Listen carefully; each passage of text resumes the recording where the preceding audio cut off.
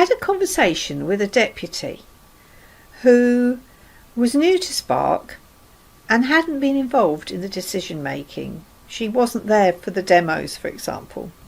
And I asked her, currently, did the staff have time out for observations, etc., away from their key children? And she told me that every person had an hour and a half a week for record keeping.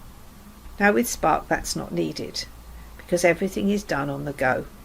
Senior staff will have time out, and they'll use some of their office time to review the data that Spark provides, but that's all really easy to read and decipher. But room staff won't, or don't, need to spend any time away from their key children at all. Everything is done on the spot, and in a way that does not deter from the interactions made between the key person and the children. System that we devised for observations: spot and note and shoot and store.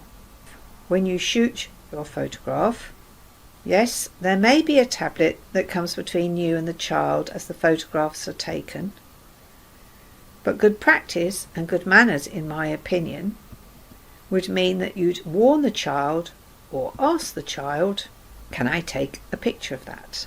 And as people use the software is suggesting what could come next, following that spot and note observation.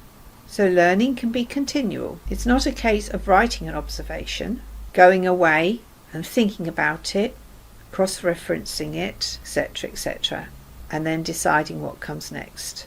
It's there, making suggestions all the time. Bearing in mind, she is really a new Spark user and only just put some children on and halfway through making their initial assessment. They haven't actually started using the software properly at all yet, but she said to me, I can see it's going to be a lot more work. And I said, how is it going to be more work when you're not having to spend any time away from the children, and you're not going to spoil the learning flow?